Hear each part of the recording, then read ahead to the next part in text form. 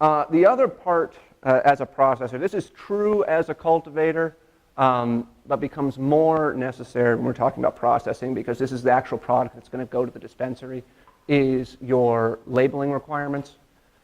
This is another good area for you to outsource this, and you can outsource this to a third party for the people who are providing the labels for this.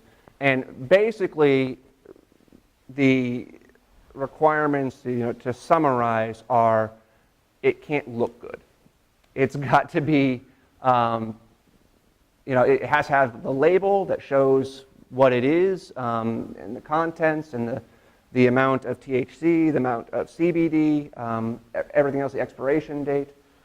But aside from that, this can't be something that an individual would find appetizing. And when we get into the dispensary requirements, that can include bright colors, and can include any kind of mascot, anything like that. And when we talk about advertising, when those restrictions there, that comes out as well. And probably the most important part, although you should have everything else, is just to make sure that there's a universal symbol that the product contains THC.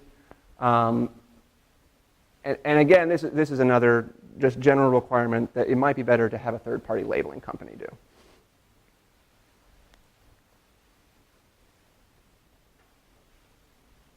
Okay, there are a couple of other differences that are going to come out between the cultivator and the processor as well that you're going to need to know about and need to advise your clients on.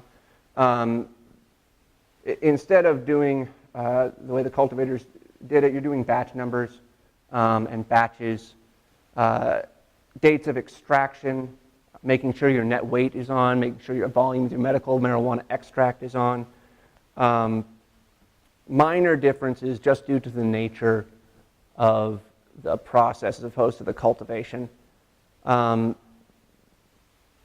This is something that you should do in-house.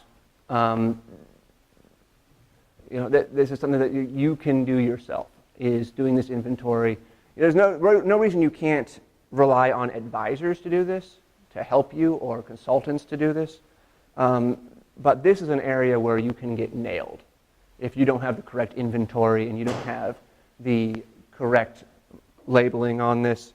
And again, as we talked about earlier with one of the other third parties potentially providing these different services, you can have indemnification provisions all you want, but that's really not going to help if your license gets revoked.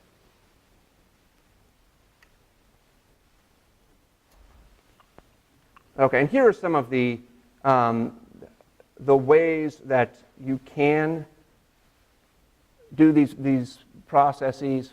They can only use the methods and the equipment and the solvents set forth and authorized. That includes propane, butane, heptane, other gases. There's a long list on this. I'm not going to go through all of them. But unfortunately, you can't be creative with this. You can't come up with a new process. You're kind of stuck with the processes that have already been put in place and have been allowed by the Board of Commerce and the Board of Pharmacy.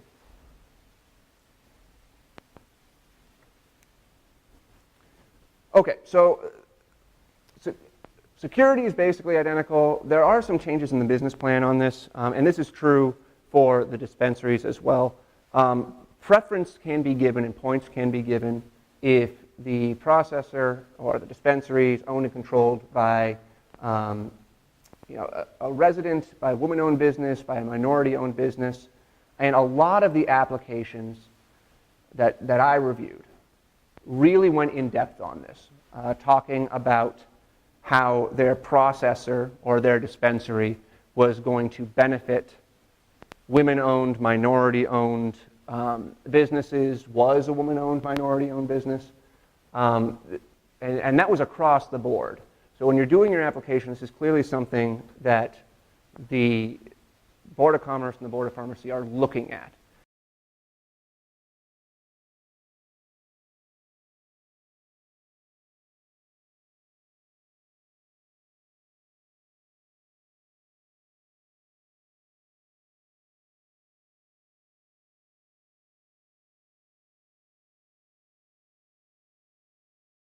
Is this going to benefit Ohio residents? Is this going to benefit minorities? Is this going to benefit women? So make sure that's part of that. Okay. Oh, I think they were going to give us till noon. Is that not right? Okay. Okay, I'm going to... I will have as much time as you want for questions. Okay, we've got 10 minutes? Okay. I'm going to try, we've got a little more. Did you want to ask your question now? One of your handouts in the brochure, you say as of this writing, only 37 doctors are even authorized to provide contraceptives. Yes, okay, yeah, that is not, yeah, okay, so the question is, in one of the handouts, I note that only 37 doctors in the state of Ohio have been authorized to recommend medical marijuana. That is out of date. I believe the number now is 140, but I'm going to have to check on that.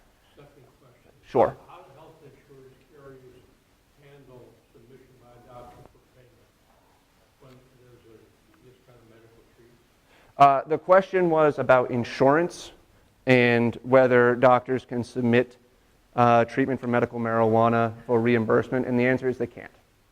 I'm sure the other presenters will go further into this, but any kind of marijuana is still a Class 1 narcotic under federal law and is not going to be reimbursable, either the prescription or the use or the diagnosis that allows for medical marijuana.